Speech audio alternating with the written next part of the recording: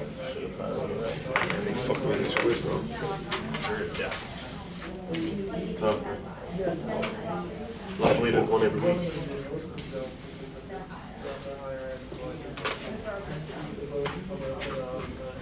Let me see if I can lift this.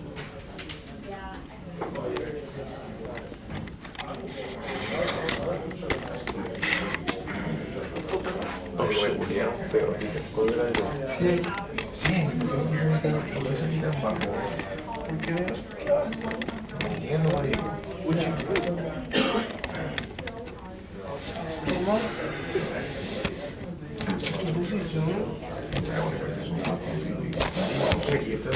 Now I realize why he left it short. Tú me la dijiste en la mañana, weón. Cuando estábamos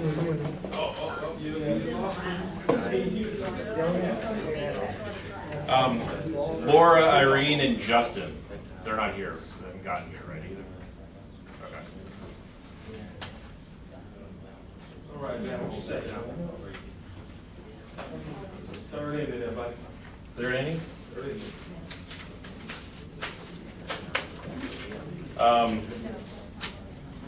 All right. Sorry I missed last Saturday. I was not at the fight.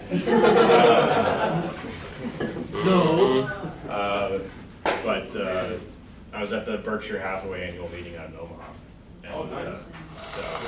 And, so Warren Buffett might be as interesting as Manny Pacquiao, but not when he loses. Probably better fighter. Maybe a better fighter. He's about to retire, isn't he? Warren Buffett. For Manny. I don't know. I've been going to the meeting for 16 straight years, and you guys got serious energy. Yeah, I thought I read something about him retiring at the end of the year or something like that. No, nothing's been formally announced. He'll retire when he dies. He's going to go out feet first. What's that? He's going to go out feet first. Oh, yeah. Yeah, they're going to drag him out of the boardroom. In a coffin. But, so yeah, I mean, it's interesting tying in, it wasn't on purpose, but today's class, focusing on risk. And so it's a whole different, perspective, talking with a guy who has $63 billion on his balance sheet and still is afraid of risk and things that you and I'd be like, oh, this is easy. But it's the perspectives. And today, even as the text kind of talks about specific risks, I mean, there's a totally different element of the tolerance of those risks on top of all those. I mean, anybody can kind of stomach it in some fashion. But a couple of housekeeping items first. So next Saturday is going to be chapter 14. Do a little kind of quick little mini quiz here as we have. And then really going to dive into a very computational intensive case study. So it's actually for a deal that I'm buying in Jupiter right now. And so kind of real life, talk about the sensitivity analysis that's in today's chapter. We'll probably actually even apply a little bit more of it next week. Yeah, we really want to be able to tie out the numbers, I guess, to a few sessions of talking about just kind of qualifying things. So following that, the 23rd, there's no class due to the holiday.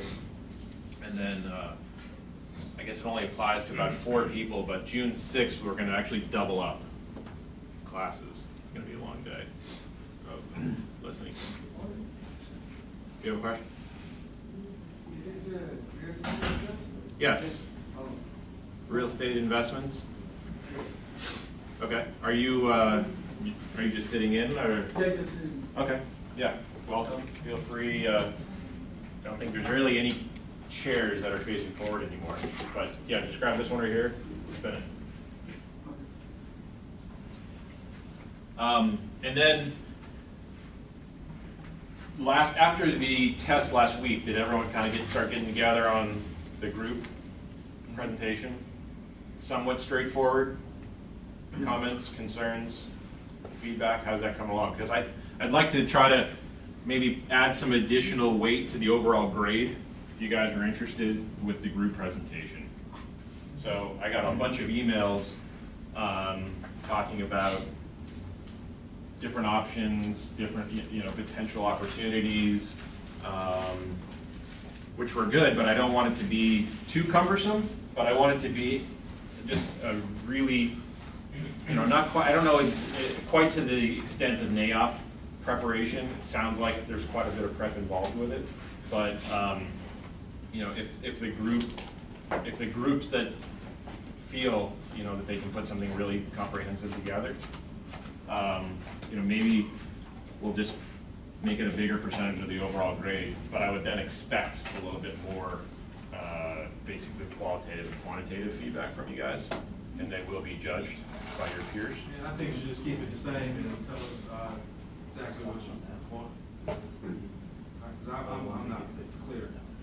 I know we're supposed to, we got $50 million, but like, how you want us to present it? Should we have just numbers type thing, or? It's numbers and probably something PowerPoint, related. So we'll probably throw it out until the 6th, so it gives you more time to prepare. Like I said, off the cuff, it should be 3 hours of group time maybe, to kind of pick what you want, because really I want to keep it open-ended. I don't want it to be, I want to know where you're coming from and that it's practically you can get there, you know what I'm saying? Mm-hmm. So single tenant, you're equity constrained, choose, do you want to do something more esoteric and it's a charter school, and you can actually then imply maybe there's more rent bumps, that there's maybe more cap rate compression, something like that, versus something like a Walgreens, which is pretty static. It may be very difficult to get to your IRR, okay? But just using that example, the Walgreens, you're not going to get to the 20 IRR just because there was 300 basis points of cap rate compression, because that doesn't exist. Or you're spotting it on, you bought it in 2009 from a very distressed seller, and now in 2015, cap rates have shrunk, interest rates have, all the stars aligned, and it was just a home run on what is a static lease. There's no cash bumps, there's, and all you're really looking at is maybe there's some credit enhancement to the thing guarantor that will then, compress cap rates a little bit more. But practically speaking, I would just kind of want you to understand that something that's simple, that you're able to get to that hurdle, and practically using those steps and what you did or could do to get to that IRR. Does that make sense? A little bit more? So it's very part creative, but not out of the market realm, I guess, of getting to there. Does that make sense to everybody? Does anyone start getting together with their groups or anything like that? Yeah? Yeah. Can we do more like a backdoor analysis, like what would we be willing to bid on it or pay for it, as opposed to? Well, yeah, I mean, I want you to be able to say that it's something that I can control, that you can do, and that you're planning on going under contract on it, and you need my blessing, basically, type of thing. So, backdooring it. Well, because you can easily get the 20%, saying that I'm only going to pay this much. That's the way I was kind of looking at it. Yeah. But I also, I want you to, because you could do that with anything. Right. So, but I would want you to be able to say, well, I'm backdooring into an example. I'm backdooring into a single tenant deal that has 2 years left on it and significantly below market rents, so that I can backfill it with X and I can get to that. Okay, so. So the creativity is in the assumptions that are backed up by market. Yeah. So ultimately, everyone's going to backdoor into this, but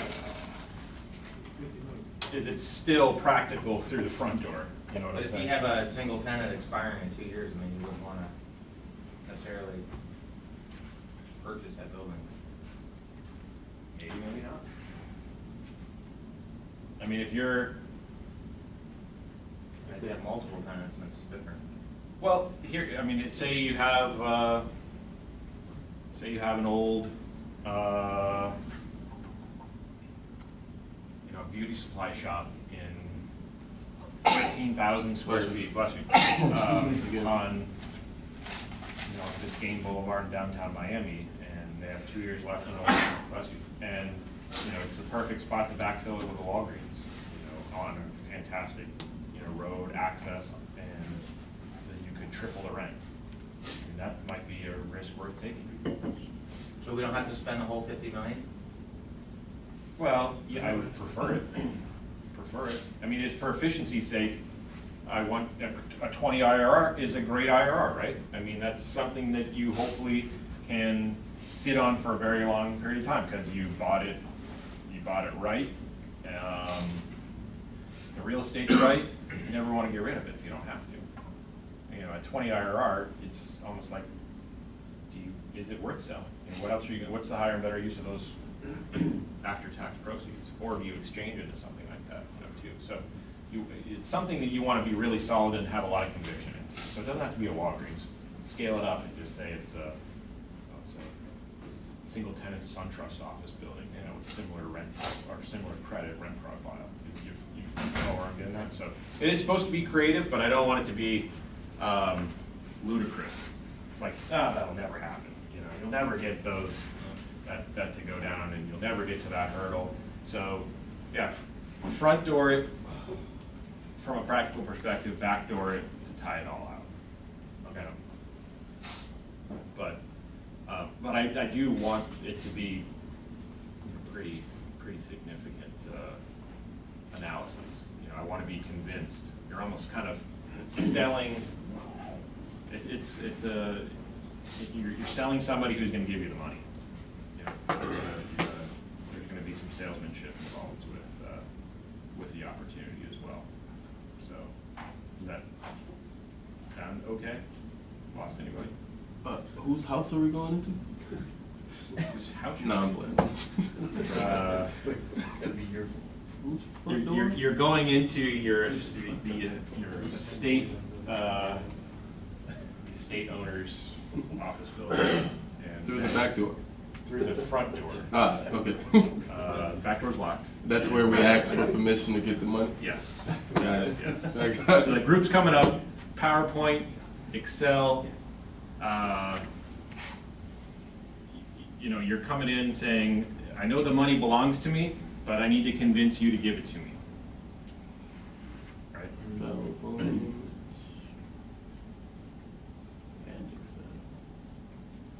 what will be the stipulations to this?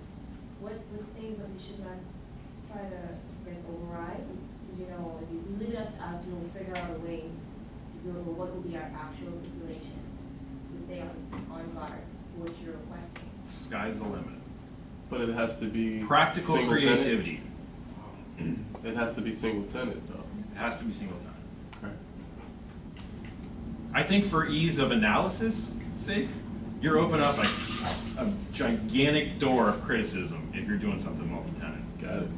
We don't want that. We don't want that. Because it takes twice, 3 times the analysis. Because now you're going to be judging against the multiple tenants. Rollover probabilities, tenant improvements, and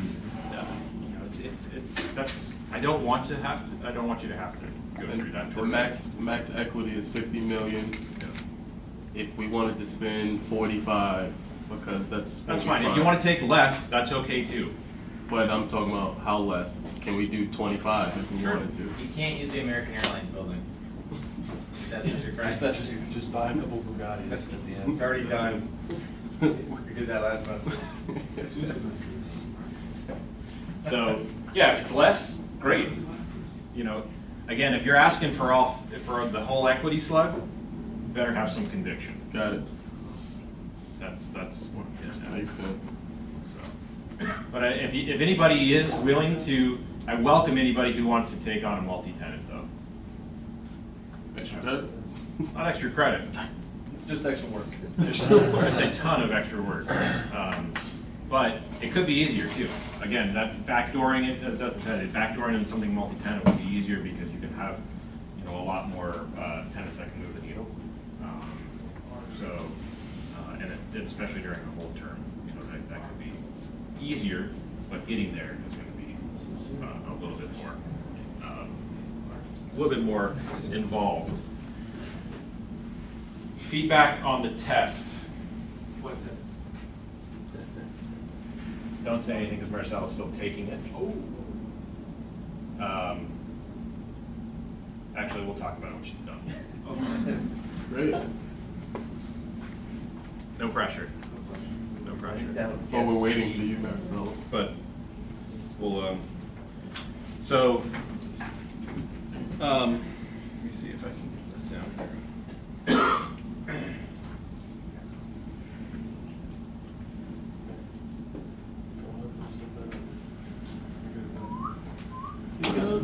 Damn, got it. I don't know how to do it, so it's super easy.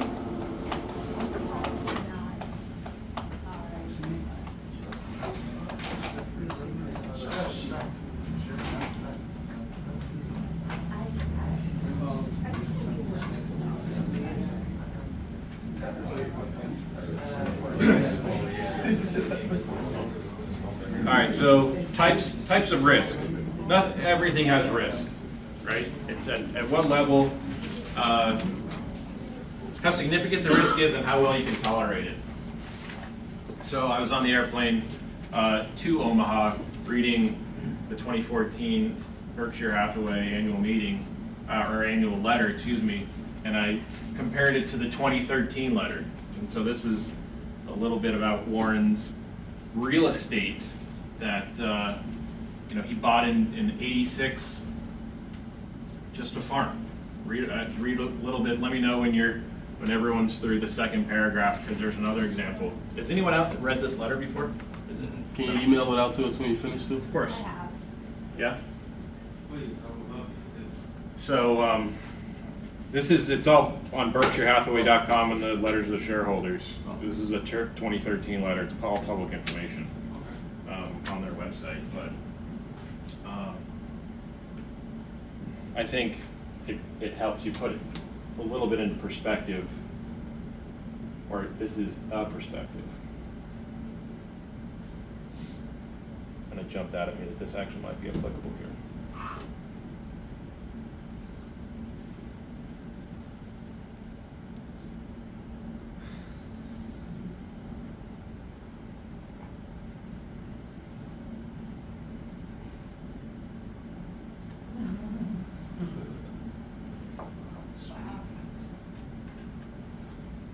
Buy early, buy often. Yeah. What? I don't read that fast, huh? Want me to read it out loud for you? Yeah. No, we don't want you to embarrass yourself, man. I just want to get to the second paragraph, Robert. Yeah, just give me some time. God, stop talking. I need silence. Jesus. So much pressure. What is 10 0 divided by 0? You can't find it. I don't.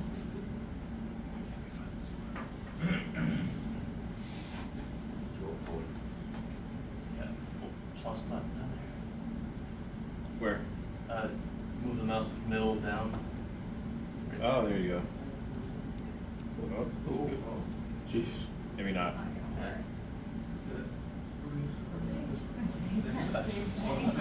Yeah, so I mean, here's the timing of it. We're talking about risk, okay? You know, it's what are your motivations around when you have to buy something, if you have to buy something, do you really want to buy something? I mean, Warren admits, I know nothing about farming, but it's 1986, and I know there's going to be good years, there's going to be bad. I'm stealing the farm in my backyard in Omaha, and 28 years later, he's been able to stomach it through good and bad. He's probably fed it, he's had to come out of pocket here and there, but at some point he's tripled its earnings. It's worth 5 times more on paper. You know, farming is certainly, it's very different than commercial real estate, which is a little bit more predictable with true collateral that's vertical. But he never has to go, and he puts it in worthy hands that manages it. And so risk here is an immense amount of, well, even just due diligence wise, you kind of applying to the test. He probably didn't do much due diligence at all. I mean, he knows it's worthy dirt, and he can put a worthy team in there, and he doesn't have to do anything, and he can feed it because he's got pretty deep pockets. But this is one example. We'll kind of talk about it, but here's a second example, which is actually a piece of commercial real estate that he bought in 1993.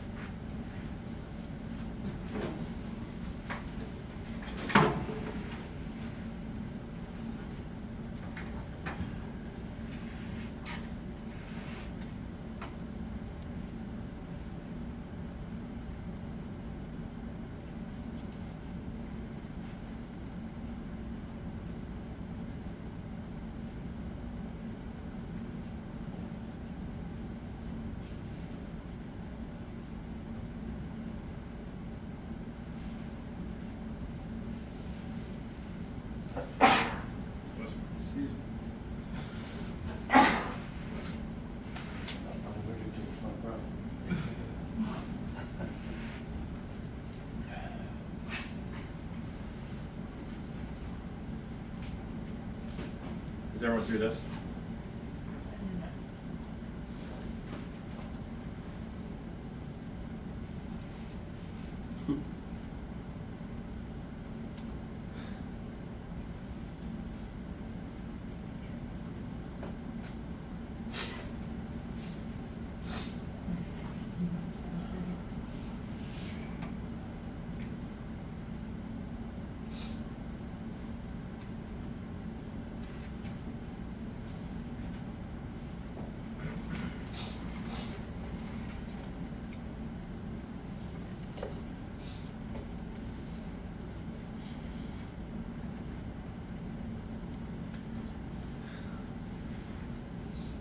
So I think just some of the fundamentals here are really kind of critical and apply to a lot of stuff that we talked about here. So it's really interesting perspective.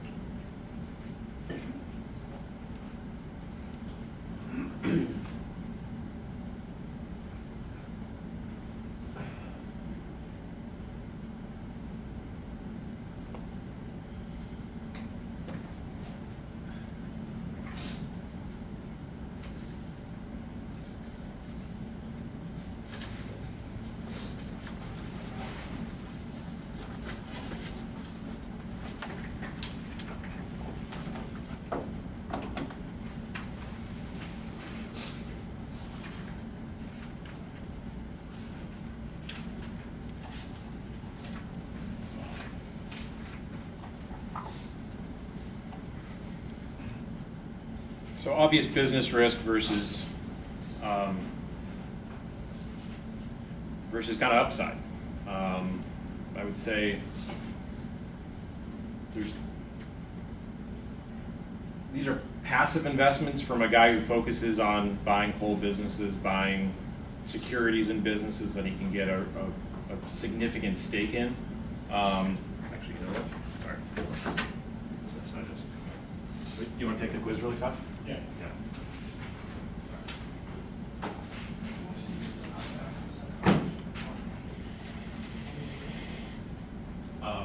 I can't really see that back. Can you read it? No? You can't see anything? I can see, but I'm just straining my eyes. I got it. But it's fine. Roll up. Roll up, son.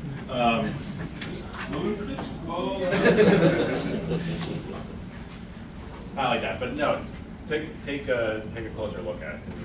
I mean, I can print it out and I can send you these 2 pages or something like that too from.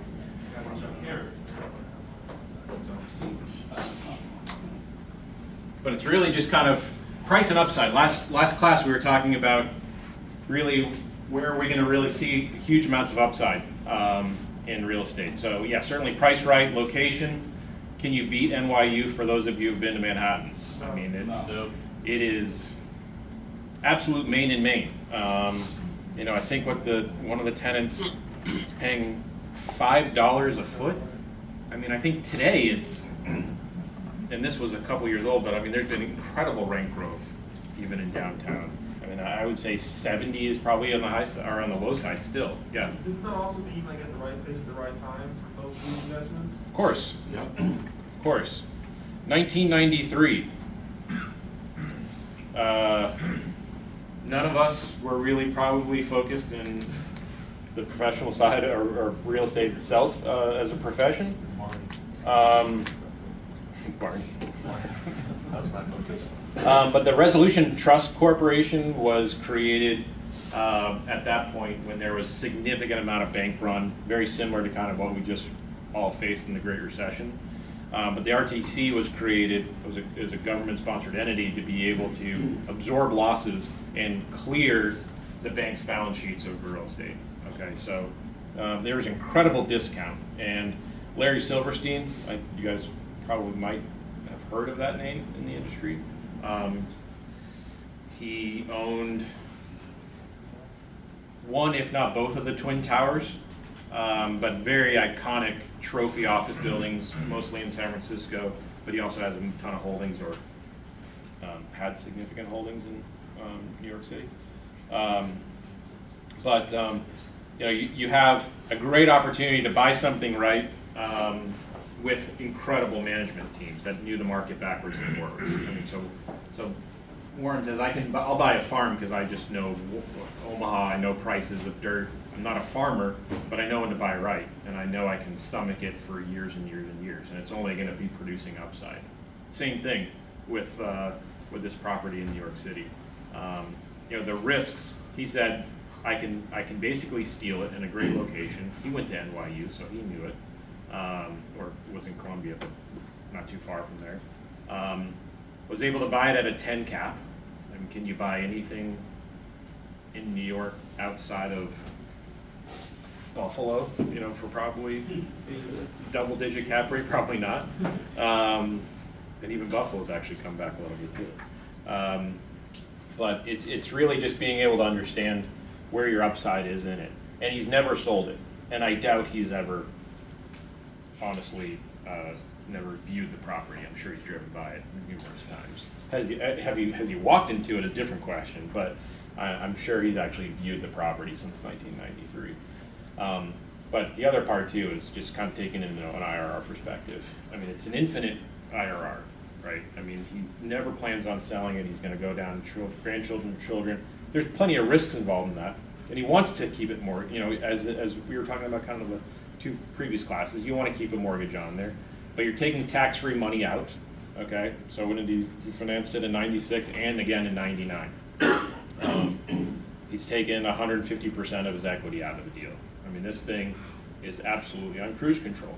Okay, but you couldn't do that again. Probably, well, maybe not even as deep as he was able to buy this. You know, in 2009, 2010, maybe when the opportunity arose where distressed deals on bank balance sheets or distressed sellers actually surfaced again. And some of us here might say, man, I've made all my money back, it's great cash flow, time to sell. But then you got to start kind of thinking that, you know, what else am I'm going to put something I'm going to probably end up having to put really great money into something even riskier. Okay, so what is the point? You're not going to buy stocks right now. You're not going to buy corporate bonds. You're not going to buy corporate, you know, MBS securities. So you might as well just stay in this thing, keep on driving the rents, refinance, refinance, refinance. As Warren Buffett preaches to pay more taxes, the guy pays less taxes than any of us in this room. You know, so he doesn't exactly practice what he preaches. But why pay taxes if you don't have to? And this is a great kind of buffer example. So with that, we'll take a quick break. What kind of leverage does he usually put on? He's pretty conservative, so. He's not a real estate guy, so I would doubt if he had anything more than 40 or 50% on this. So when he refinances, he just goes for 40, 50%? Probably. Yeah, I mean, you want something, again, just looking at chapter 12 especially is, there's very good, leverage can be a very good thing. You want to take advantage of that mortgage interest. You want to be able to maximize your basis if you can. Plugging that tenant, refinancing or the property after being able to, the tenant was 20% of the space. I mean, he probably spent $25 a foot in tenant improvements to be able to get that new tenant in there to pay closer to 70. But as a cost of doing business, as the open book, part of the test that I really wanted to really drive home was all that CapEx stuff also is depreciable. Again, some of you got it, some of you missed it, but the R&M, the repairs and maintenance, are just simply operating expenses. Those are not taxable. I mean, that just keeps the lights on, that keeps the cash flow coming in. So anything you can do to be able to lower your tax basis or your taxable income, not tax basis, you want to increase that, is always going to be in any investor's best intentions. So let's take a quick break.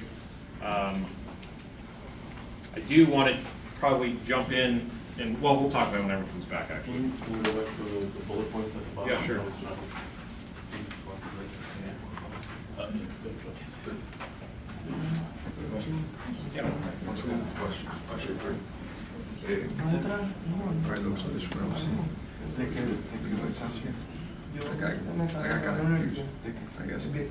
Yeah, it is in effect. So it's not that you are engaged. And then also I would like to know what.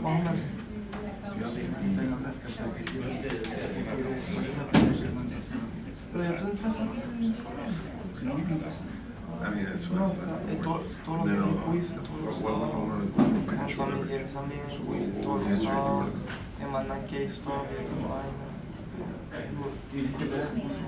That's the best state of my body. Here, man. So outside of You know, man. Fast. the definition. Yeah.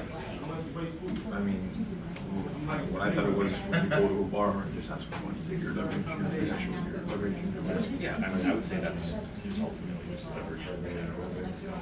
Leverage your position, financial leverage. It's actually going to get twisted. It's actually a very bad financial leverage. Bad leverage. Good and bad leverage. Financial leverage. Positive, accretive, risk adjusted. When your IRR is, when your payments, when your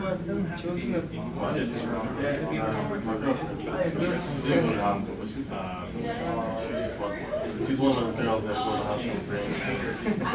I'm ready to stop going to Into where there's going to be You have an insurance, huh? She has, which is good. It's very expensive.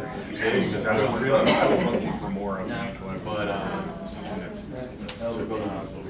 Positive leverage. I'll tell them that goal. You agree with all this? When you want, when you come out. All right. Next month. Very soon. And the test also. Once Mayor Sullivan has, we'll talk about that. They won. I'm pretty tall. Can you move? Yeah. My head is in the way of my last term. Yeah. I didn't.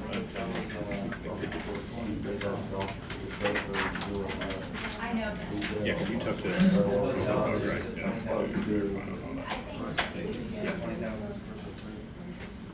Right. Yeah. I have a question, but for an example, can you put some numbers? Of course, please. So, I just want to meet you and. Oh, okay. Yeah. Nice to meet you. Are you thinking about trying to join the next I quarter? heard it was, I supposed to start.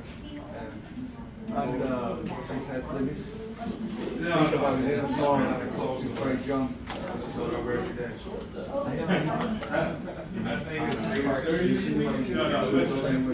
If you said something. Yeah. Have you seen the book yet? no, that's great. Yeah. So check out the 2011 version of Real Estate Investments. Basically cover chapters Cuidaron también.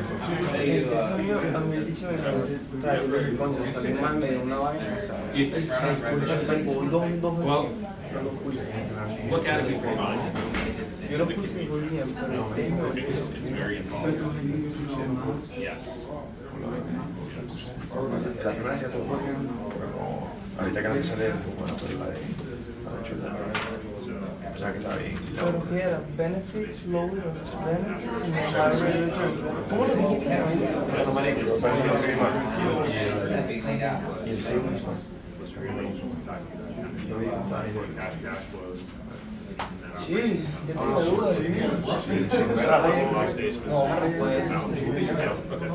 Yo no sé, el examen es 25.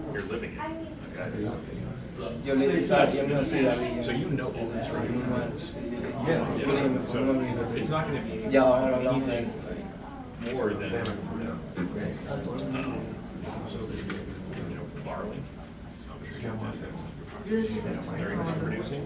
So I mean, where it's going to be a little bit more funky, you probably have to do, after tax, internal rate of return, based on interest rates. Okay.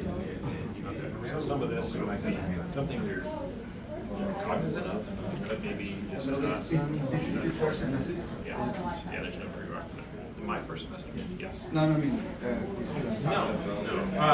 Well, me personally, yes, this class is very expensive. Take finance class, or they're taking a class in addition to this. Thanks. I mean, Yeah. no, que vale for the masters. Or doing Separate classes. They're all separate. Finance investment. Those for the quiz, huh? Three different classes. So a lot of these students are taking accounting classes. So a lot of you kind of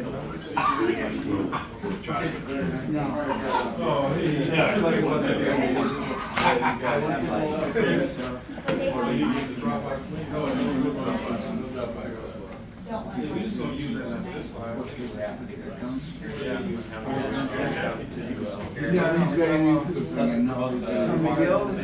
Yes, yeah, so yeah, I would start there. I mean, a lot of the stuff as an owner, it's pretty straightforward for you. So I want to say probably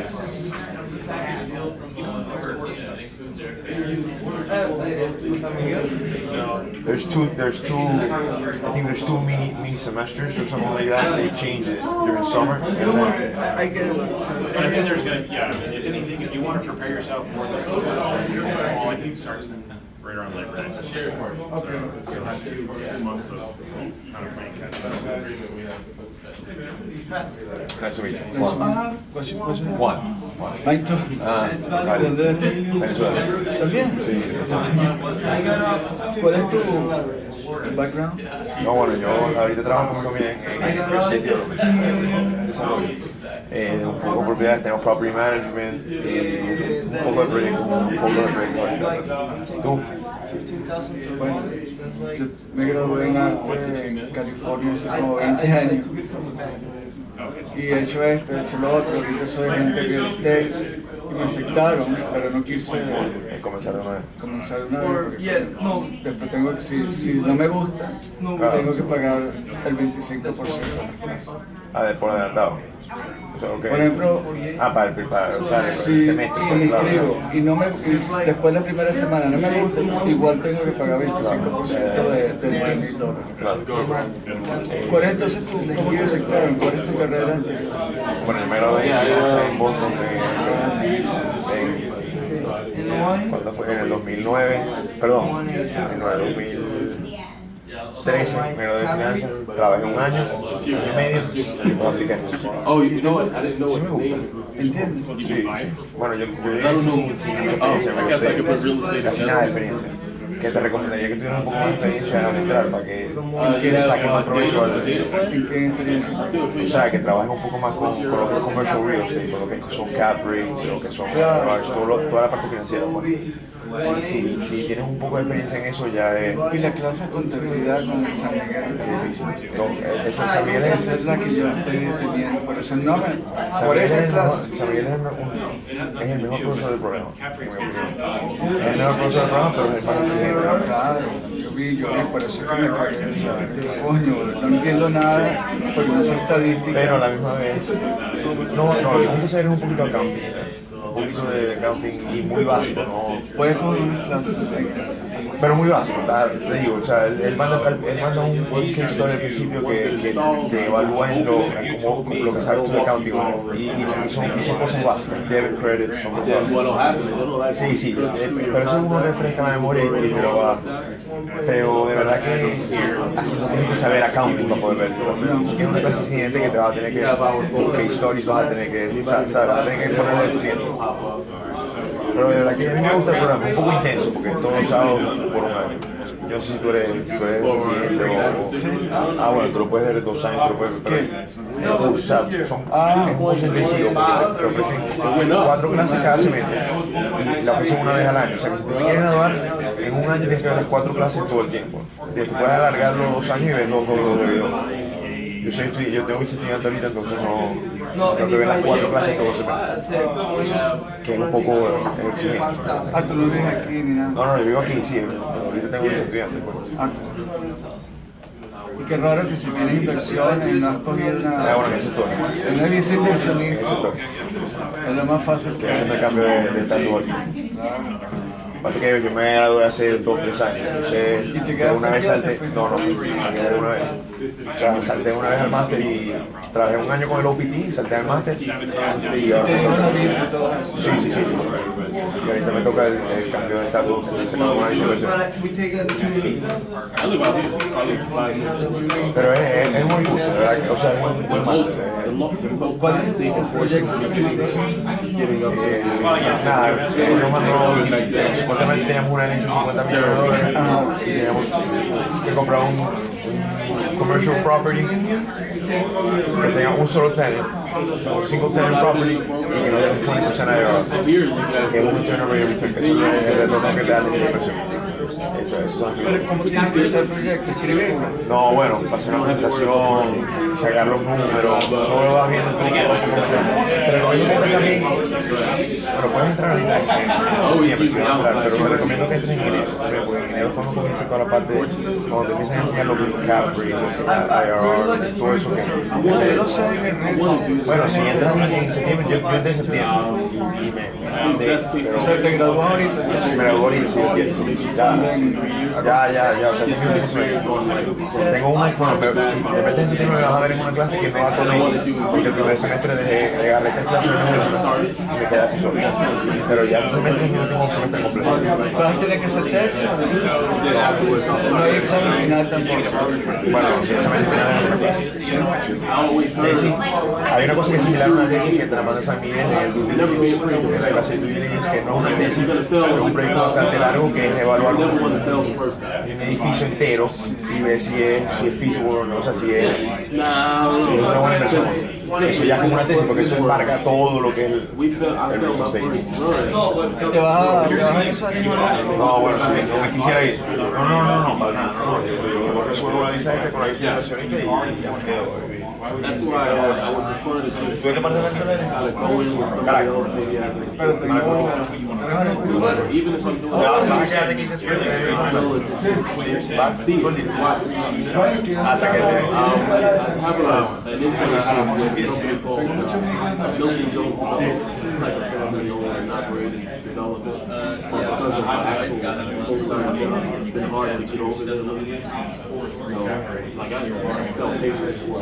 I'm not really in the field as much as I like to. No, obviously, yeah, obviously. But my point is like, okay, they went from 1 to 100. They went to the man, the man gave in 2 million. So they have not 2 million in pocket. And Like just this Yep, stay up here. Yep. Tuesday, I went to an event in Little Havana. They were talking about what was that? opportunities. Yeah, sorry. We just turned this over. Analysts talk about how it can grow, how the investors can come in. Which is just listening. The event was actually right at the bottom floor, where they talked about public partnerships. So, I get the concept, I just don't have it. That makes sense. and that's why I decided to go, because you'll learn this industry. It's all that you're gonna go through this industry driven by the people who know. Well, we gotta learn it, but you're not gonna go get your first job on Craigslist. You know what I mean? Yeah, whatever. It's gonna be Great, then the second part came up. We all stress how It's the financial most of the biggest deals came from somebody they knew somebody who did something. So now that I'm almost done, I'm going real hard this whole network. And I'm not a big so it's new to me. I crack a joke, but you know, I'm new at the network all night. So that's what I'm trying to push myself. I'm trying to push myself into that. It's just my goal right now is to everybody to double this card from somebody that had never seen it. And so far I've done 2 events. So I'm on the money. But I recommend it. One of the most important things is networking fast. So this is basically presented to you what we have.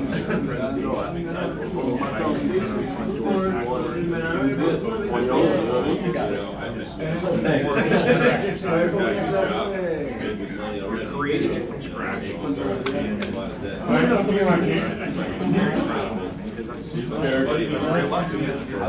I was just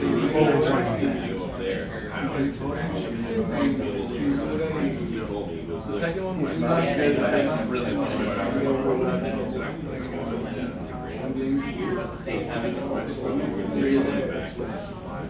I've never seen one.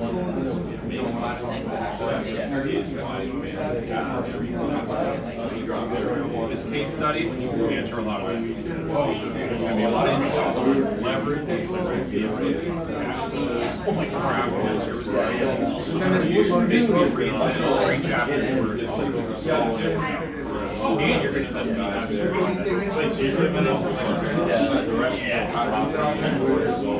no, the case study just kind of walk through what I'm trying to do. Just take like how that actually It's the exact same way every other using any of the exactly all of that, which never shows like one problem I keep people together. I really into my bachelor's degree. The idea of getting my bachelor's degree, I started the time where you're really going to like, hey, I'm getting my bachelor's degree, I'm going to get my bachelor's degree. never done it, yeah. Trading it from scratch. I'm blindly up to You don't know what's tied to like all the but that's what that job where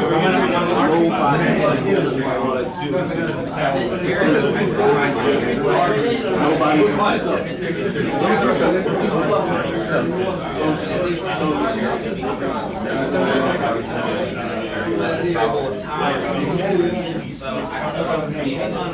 think it's worth it. $102,000 a check, but that's neither here nor there. As long as when I decided to go 10 years back, first of all, I can't possibly persuade, you know, if you had told me 5 years ago, I would just talk so bad about college. Because I hate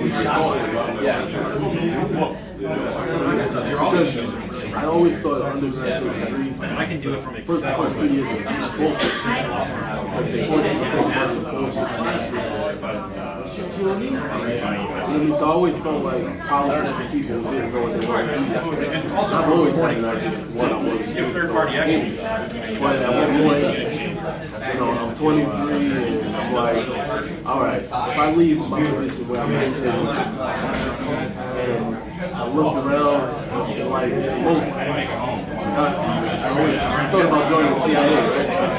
I looked at the only thing I could do in the CIA without college degree was be a guard and instructor in the White House. And that put a lot of things in perspective for me. Even though I didn't go to college, I felt like there's a lot of in order to be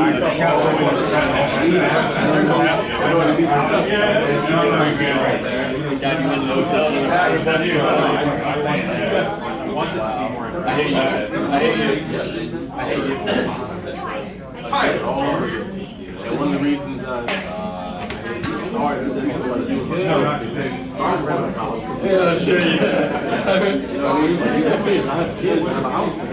This thing I got to pay. I can't just go part-time at work. It can't happen.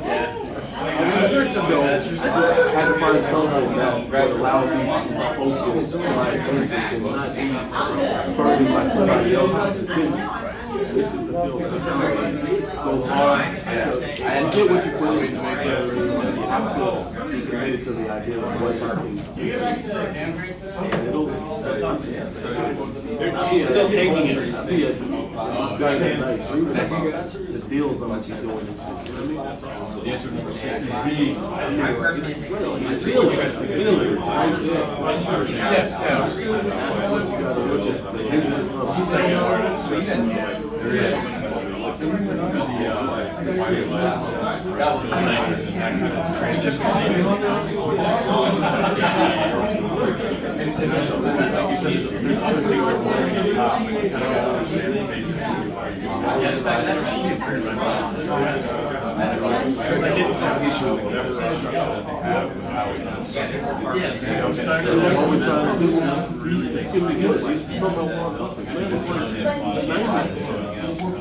And I thought I was something to retire, but still, it doesn't happen. I would say it doesn't happen. It's not necessarily a big deal.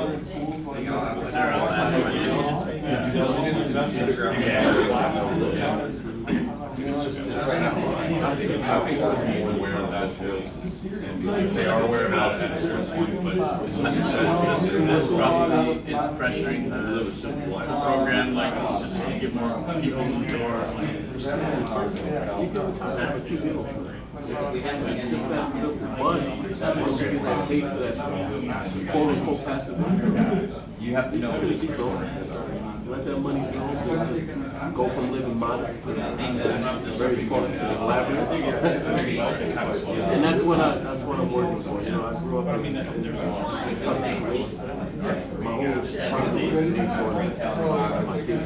Understanding how to they never have to worry about. One thing I want to put that opportunity. Oh, that's the super question. Yes, there are. That's what I like to have very high taste too.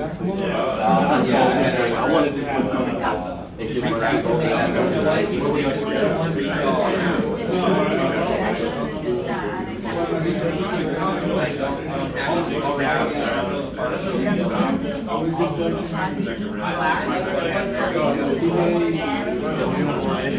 I always look at these things just a story another page in the book.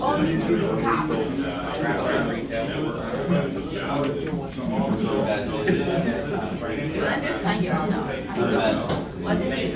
Time? Change. Change. Yeah, but I can. Just change everything. What am I doing? Yeah. Yeah, with the Oh, yeah. 6.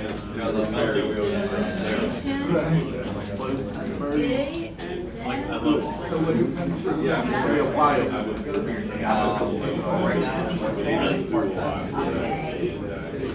All day long? First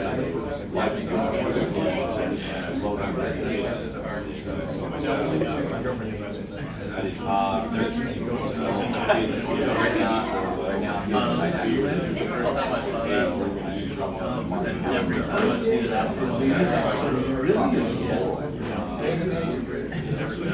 Never know, I need to work. oh, you did your work.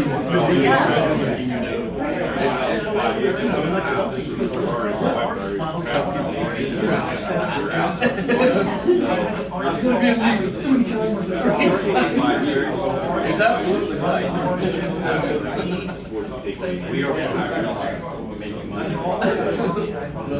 And one of the great things too is that they're at that age where they want to see you strong. My son's 6. We'll get started again. Hey, everyone just grab a seat. It's worth it. That's all. That's what I'm doing. I think it's worth it. I told Anton that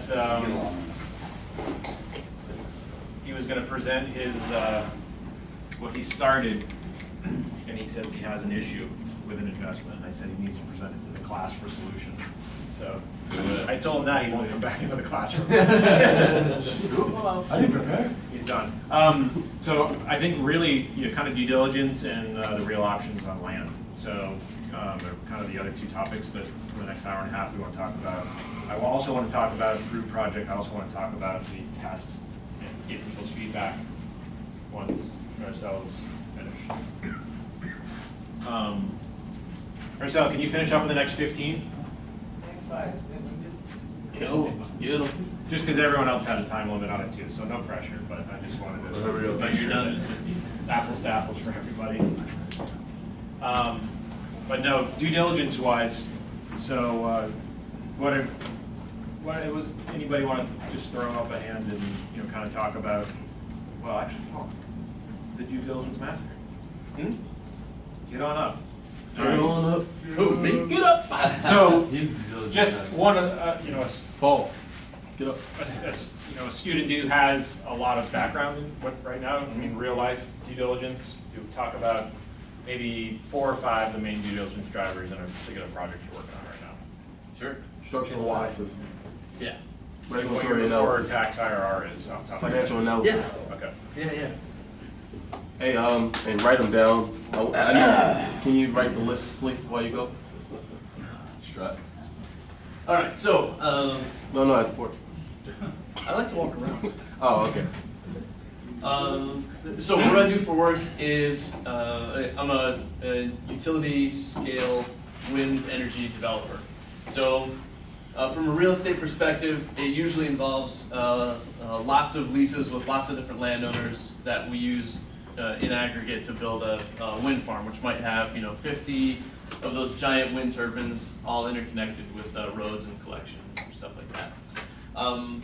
Part of what I do is greenfield development. Just find a site that looks like it has a pretty good wind resource and start talking to landowners. But the other part is acquisitions. And so I'm in the middle of an acquisition right now, which has one landowner. It's a forest management company, which is nice because he's got 10,000 acres, all with only one lease that I have to review.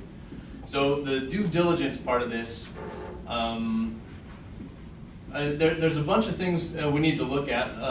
Where we started is with an assessment of the wind resource. That's how we make our money. Our revenue is based on how many megawatt hours are generated.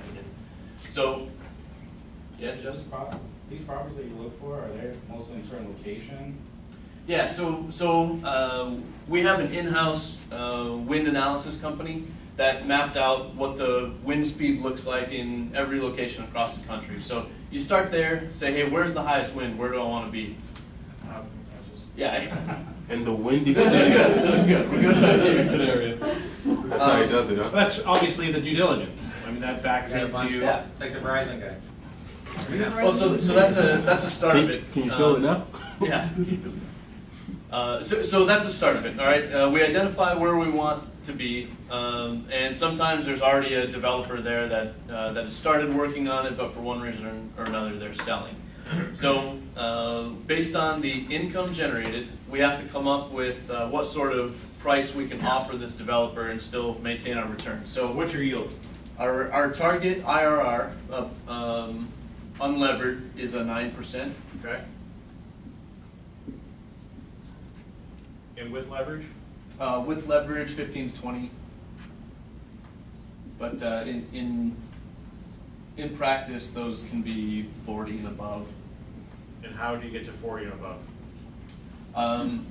With more leverage. With the mafia. So we do all of the development and construction off the balance sheet, so we take no debt. And what exactly are you, operations. what exactly are you developing?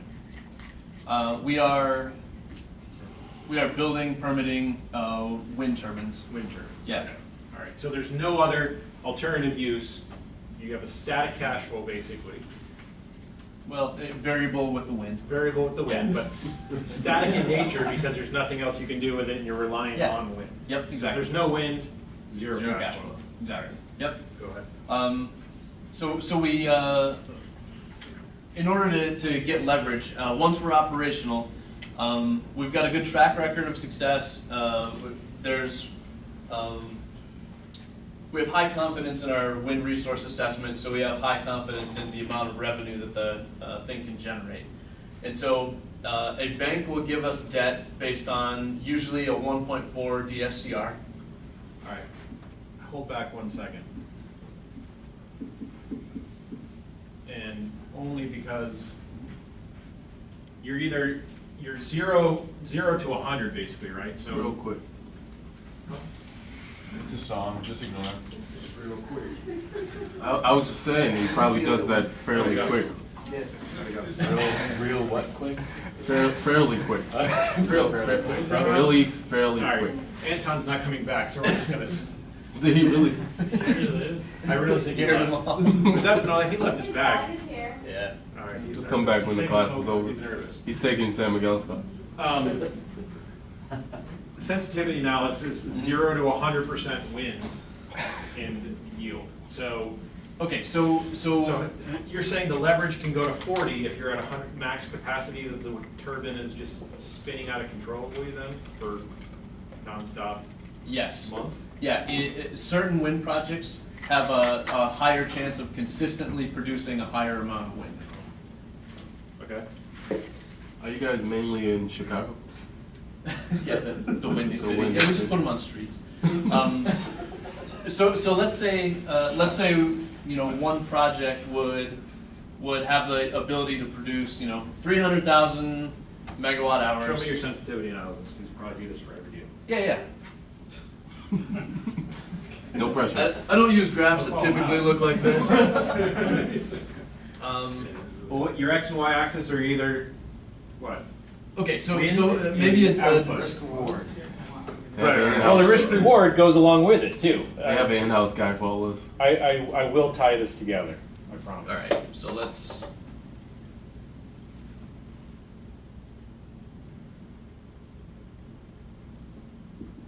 So not exactly to scale, but let's start with our target IRR in the middle and our productivity of the site. So let's say, 50%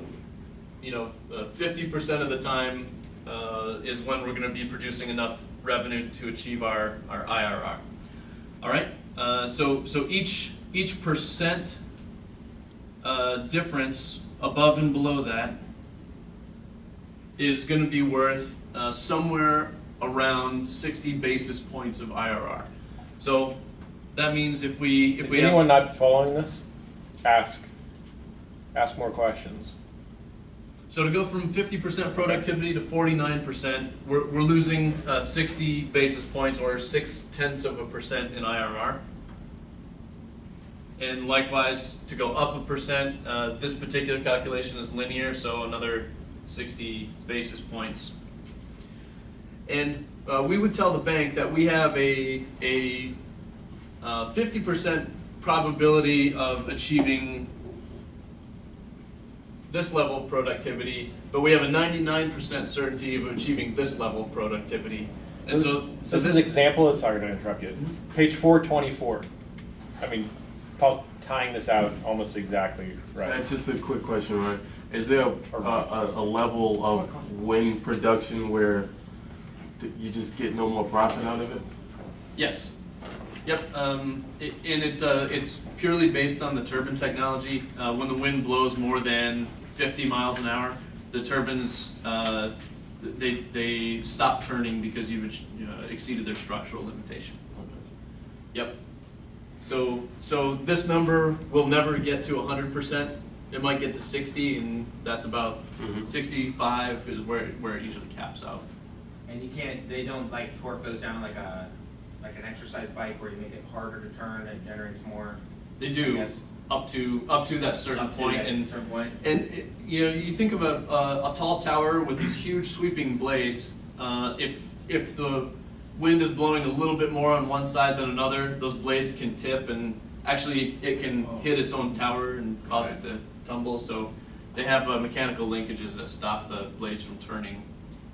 That's your risk return. I mean, there's certainly that risk of infrastructure issues versus really torquing it to try to be able to drive your yield.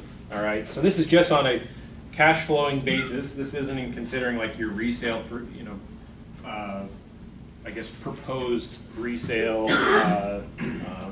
kind of exit strategy. But it all ties into, and it just happens not be real estate, but that cash flow is as if you were going to get it from the tenants. Yeah. And these tenants, it's going to be as if a tenant leaves, or if there's a rental bump cash flow income. Right. And some of the things that affect this this income, I mean, this is income produced by the wind farm minus the expenses from the project. So you have operations and maintenance expense. So this project produces on average 11 million in net income annually. And no expenses. That would be net income. So gross is. What's your NOI? Are you taking what off the top? What would gross be? Just make up a number. I mean, there's like 15 million. Yeah. Right? I mean, it's going to be something, but it's not going to be as a line item. Right. But okay, go ahead. Yeah. Different things that could affect this, and from the due diligence standpoint, are lease terms. The landowner leases are typically structured with some sort of royalty from the generation of the project. So the more the project generates, the more the landowner gets. But that all goes into this calculation to get to the target 9. For instance, some landowners would be entitled to 8% of the gross revenue. Well, that's a huge number. If the landowner gets 8% of the gross revenue, then when we're looking at how much money we can afford to spend to buy this acquisition project, that amount of money is going to be a lot less versus a landowner who's only getting 4% of the revenue. That leaves us more money to purchase the asset up front. And really, we're targeting this 9. So if we did not pay for this acquisition at all, it was a greenfield, and it was a 10% IRR, let's say, then the amount of money we could afford for that acquisition is the same as the amount of income between this 10 and a 9% IRR, which in this case turned out to be $6 million. So the wind was very good. We pay him $6 million to get to our 9 IRR, and that was a good valuation for the developer.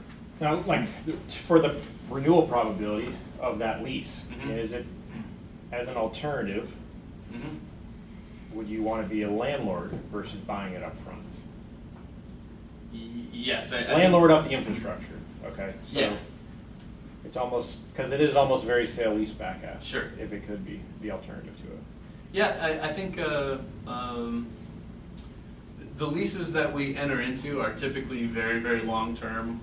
And so the life of the project's 25 years. We like we usually enter into leases that are 50 years or more to give us one option to repower the facility at the end of 25 years. And it usually has the terms built into it, where with a progressive revenue. So 25-year average life for the turbine? Yeah.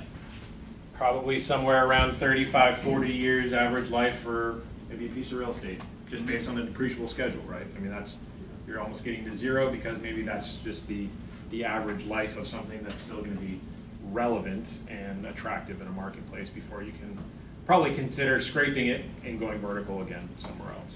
So, interesting. Thank you. Questions? Go ahead. Would that 50 years also be because you're trying to take in the depreciation? Of course. Yeah. Yeah. I mean, they have a longer average life, but yeah. So if you can try to maximize it, you possibly can. I don't know how it's taxed though. Probably the turbine tax versus the 37.5.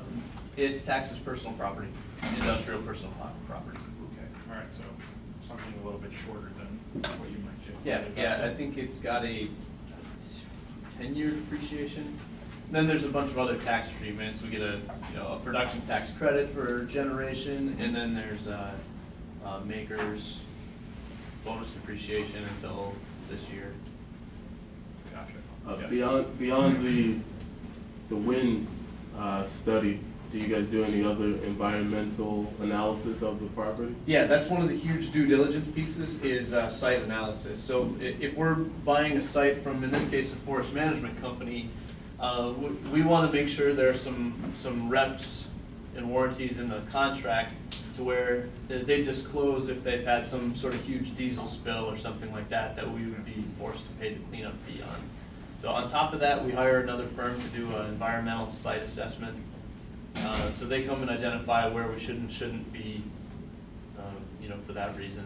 Another part of the due diligence is the creditworthiness of the people we're buying from, because we're asking them to represent certain things about the site, that they actually have ownership to what they say they have ownership of, environmental reps, etc., where we could be harmed for tens of millions of dollars if they were to violate one of those reps. So one of the things we ask for in the purchase is for them to put a guarantee behind their representations more than just the $6 million we're paying. Some go after them monetarily if you're a liar. Basically. Right, exactly. Yeah.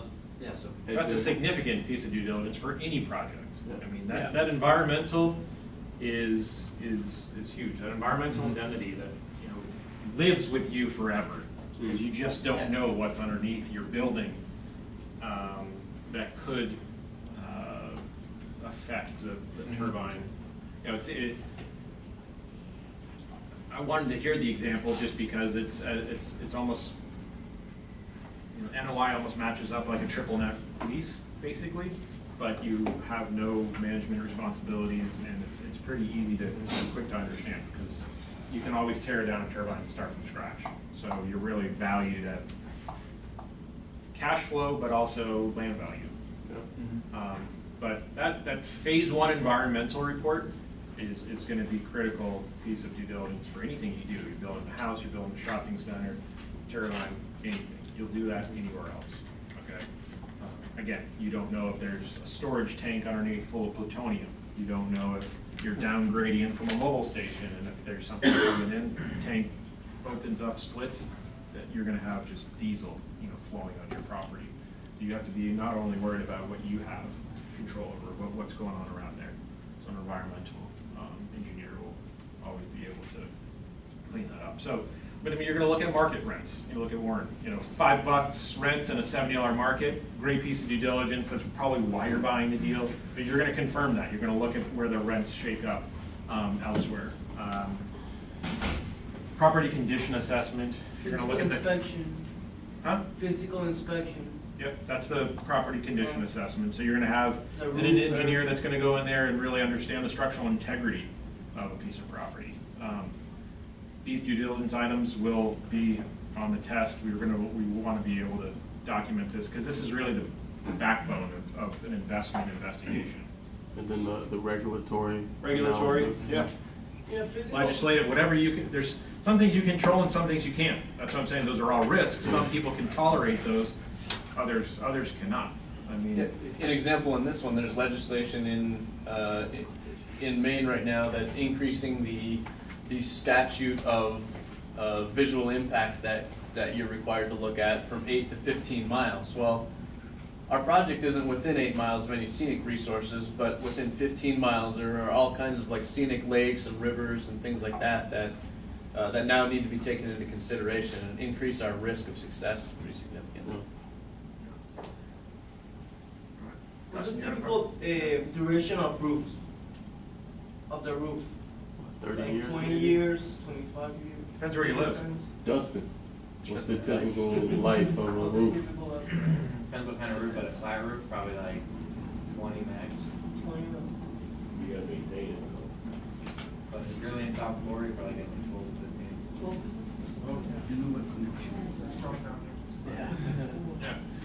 I mean, you gotta look at salt, you gotta look at maintenance, you gotta look at, yeah, if it's flat or not. I mean, there's a lot of, obviously, a lot of different options. But 15 plus or minus, I would say, for a commercial property. Yeah.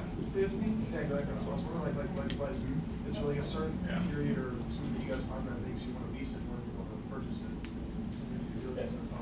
Yeah, I mean, we want to lease because at the end of its useful life, we can tear down and move somewhere else, or we have options, and we're not tying up as much equity, in buying the land. Yeah. So talk to us about the option side of it, the real option side. Real option. Okay. The real option side of it. You have Real. time, you have costs, Right. opportunity cost, Sure. and control.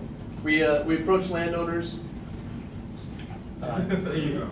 All right, so we approach the landowners and say, hey, boy, we got a deal for you. If you have, a turbine on your property, you can expect 10 to 15,000 annually in income from the hassle of posting a turbine. But we can't pay you that all up front, so we just want a cheap option right now, so that we can consider your land under control while we do the rest of the due diligence, the environmental, the regulatory, and then find the wind resource, make sure it's good.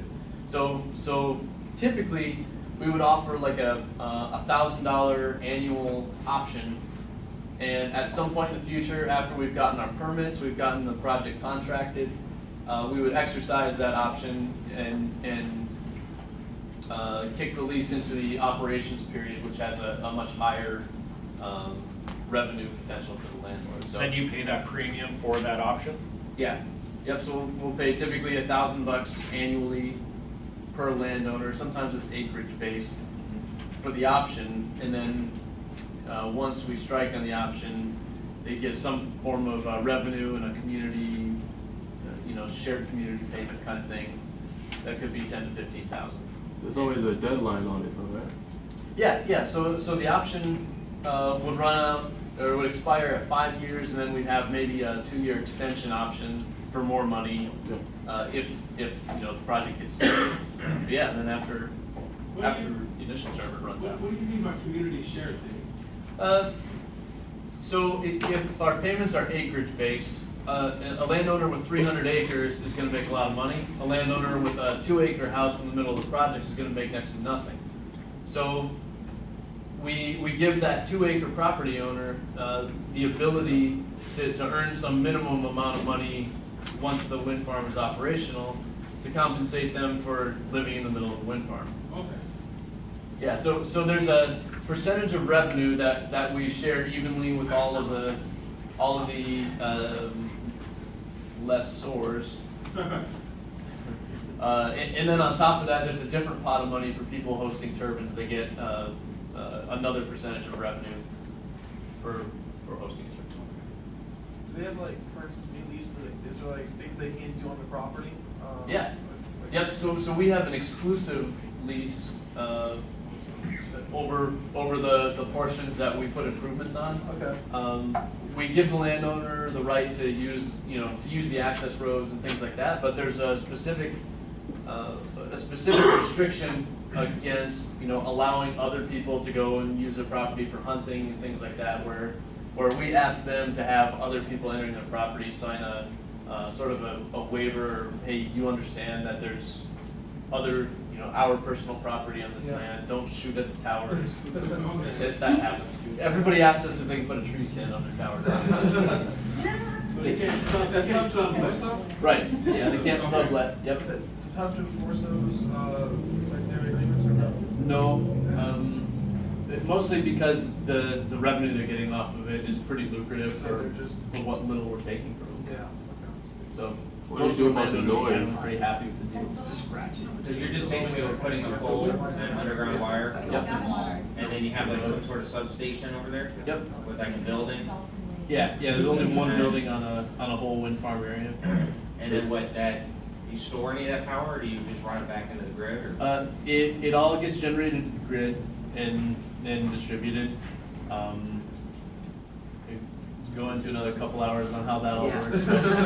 Well, let's take a quick step back, but talk about easements involved with it. Everyone, right? I mean, everyone already kind of already knows what that big piece of due diligence that can make or break a project like that in 2 seconds. Yeah, so That's a huge piece outside of, I mean, that's financial, that's operational risk. Talk about how that's applied to it, because it'll be as if it was reciprocal parking easements or access, whatever it's going to be. So we lease our wind farm land. We purchase land for our ops and maintenance building. So there's 5 acres of land we'd like to own in fee.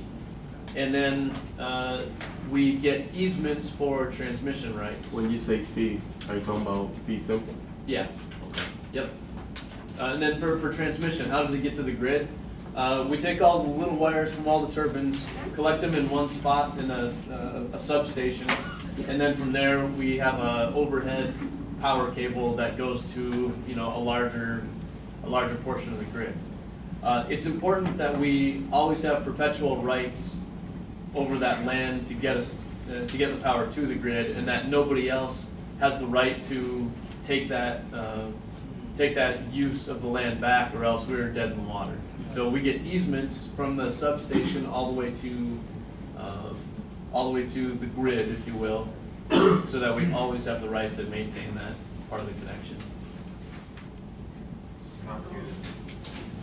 Yeah. So when you have easements, do you have to buy that land or just get the easement right? I mean, you buy the easement, which could be as much as buying the land outright. You can't come over my property for free. As one of the interesting parts of the electric industry is transmission companies, regulated transmission companies actually have the right of condemnation. They can just say, this is for the greater good, so Frederick, I'm taking 100 feet of your land, and I'll pay you fair market value for it, and you can't fight me. So you notice that most power lines parallel roads. Is that because there's no cost to that because the government owns the road, or like? Yeah, sometimes the power lines are in the road right of way, right? So it's easier. You don't have landowners to fight with sometimes. And so you just need to get an easement from the government at that point. Yeah, potentially. They typically just offer that though, right? Yeah, I mean, No fight power with that. projects are typically considered in the greater good. So those are not as Unless you start competing with the grid. Yeah, which happens. Well, you are the grid. Yeah, I'm the man. Or if you're Tesla, now you got all Right. issues that you're opening up. But also parallel with lines parallel with roads. I mean, who's going to front a major highway? So if you're going to see major transmission lines, it's very cheap, and usually no one fights you because they don't want to be there anyways. Any resident or any kind of commercial property. So that's why you typically will also see it too. But I mean, yeah, those are all great. Thanks for that's a very applicable. I mean, just you just look at it as like a hotel instead of a turbine. With maybe a couple more operating expenses associated with it, management responsibility. But that's really helpful because I think the due diligence again is really key for the turbine. I would say the due diligence is even more intense because now you've got community pressure too. So not only are you just looking at leases, engineering reports, environmental reports, thinking about regulatory pressure, what could happen. The condemnation, I mean, you have to insure around condemnation for any piece of commercial property anywhere in the country because you just don't know. if, it doesn't always have to be electricity, it can be water, it can be sewer, gas, yeah. It can always, you could always get a quick knock on the door and say, we're taking your parking lot. Now you have no parking, or you don't have the 4 to 1,000 feet that's going to be required, and you certainly have to insure around that because you really don't have any control. Because ultimately somebody else can say what your property is worth, even though you have the income generation. You can determine what it's worth on a cap rate, and what the upside is going to be a little harder. Does anyone have any questions? Dustin? Ryan, what's a average like from when you identify the land to like when you actually have a turbine up and running? It depends on the permitting conditions in the market, but in a relatively loose permitting area like Texas, you can identify the land and 1 year later be operational. Really? Where a place like New England, you identify the land and then you probably have 1.5 to 2 years of permitting and stakeholder engagement and public involvement and all of those mandatory things you have to do. So maybe 2 to 3 years before you're operational. You have an option on that land during that period of time? Yep. Yeah, that we usually start with the option on the land, just so that we can have really cut something to into work your yields. Yeah, right? absolutely. I mean, The earlier we get those options, definitely. some people can look at a real option as something that, hey, I have control and I can figure out what I want to do. Well, you've got something that's a pretty intense project, requires rezoning, community buy-in, or even regulatory buy-in. Like in New England, you can't put up a turbine. And then trying to go offshore in North Carolina, and that's even a whole another story. But it can be intense. I mean, it takes me at least a month to probably complete due diligence on a public sector shopping center. I mean, between outside of the leases, trying to figure out rent comps, sales comps, just to make sure that it feels right, and I'm paying close to what market is. Certainly markets driven by other people's motivations that might not be completely aligned with my own. But it takes 3 weeks to get a... 45 days? It can take 3 weeks just to get an environmental report, 3 weeks to get an engineering report. I mean, you're going to municipalities to get the history of a piece of dirt. I mean, I've seen pages and pages and pages of what used to be a farm, that a livestock farm that got converted to a gas station that then got converted to a dry cleaners that got converted to a Walgreens. And I mean, it is just a disaster. I ended up passing on it. I'm just like, you had just, who knows what's going to come back to haunt you. Yeah, title work is one of our biggest expenses. Yeah. With the fact that there's a deadline on when they have to make a choice on to go hard on a property or not, can that really be considered a real option? Yeah. Because you don't really have It's a real full cost. control. No one gives it to you for free. Yeah. How much do you pay? You said $1,000 a year for your option? Typically. Sometimes. I've paid Less if we can get it. I've paid $37,000 for a year. That could be even, yeah. Well, but what else are these people going to do in these rural areas? I mean, this is property that you're not going to develop, buildings on. So it is pretty low, but I don't know, my take on a real option there's is when nobody you had trying to option it up. full control of it. Like, it's yours, you know what I mean? Where there's no real deadline on when you have to make that choice on whether to develop or not. Then you're spending more money though, right?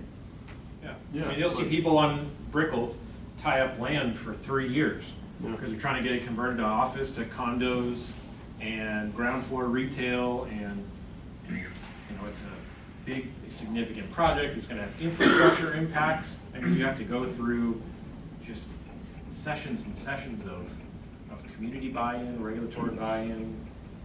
So is there a difference between political buy-in, option and real option? an option contract and a real option? Is there a difference between those? Yeah, I mean, Or are they the same? I would say everything's pretty much a real option, because you're also, from a developer's perspective, determining if you're still even gonna do it. You might just, it might be a cost of doing business, $1,000 a year, and you figure, I got bigger fish to fry. I'm gonna go to Iowa, I'm not gonna worry about Massachusetts anymore, even though the land was already cleared, they made their, all their money off of the timber, and yeah, you're not gonna do anything with it, other than that. Alaska, sometimes, but if there's a cost of doing a business with it, it's the real option. Your option really might be a true, real, just plain option might be when you're going to JV with that landowner. So you're not contributing anything to the land option itself, but you're probably contributing to due diligence expenses, feasibility expenses to determining if the property or your project has any life to it that the market's going to accept it. Yes. I have a question for Ryan and then for you. The first was, what percentage of like the options do you think you actually go hard on and actually go through and purchase? And then in like regular real estate development right now, what, like a lot of developers have options on properties, what percentage of them do they actually close on? For ours, we have ground lease options instead of options to purchase, and we only target the landowners that we need to build the site. So once we get our approvals and want to start construction, we convert all of them to long-term leases. But you have some options that you'll put out and then you'll pay $1,000 a year for 10 years, And for 5 years, and then you're like, let them expire. Yeah. Yep. But I didn't know like what percentage of them you think. 70% of them will actually convert, and then the rest of them, they're outside of the project area, we'll just let them go. Unless there's some sort of community benefit to keep them in there, keep those landowners quiet, or maybe they're close enough to a turbine that they're, gonna get shadowed by the turbine, or maybe there's some noise component, so we'll keep paying them a little bit of money to be part of the project, instead of cut them loose and let them complain. It's very situational. I mean, if you're out in West Delray, skirting the Everglades, it really hasn't been developed. You don't really have critical mass moving out to West Delray. So somebody might give you some more time, and you might have more vision than somebody else. I'm looking at that for a charter school site right now, just because the land is very expensive. You can build a K through 12, 3-building, 3-school campus, and great access. Traffic is light. Seems like it's a pretty great opportunity. I wouldn't put storage out there because no one's going to haul their crap out there. But again, I think I say it's situational just because you don't know where it is. You don't know how motivated a seller might be, how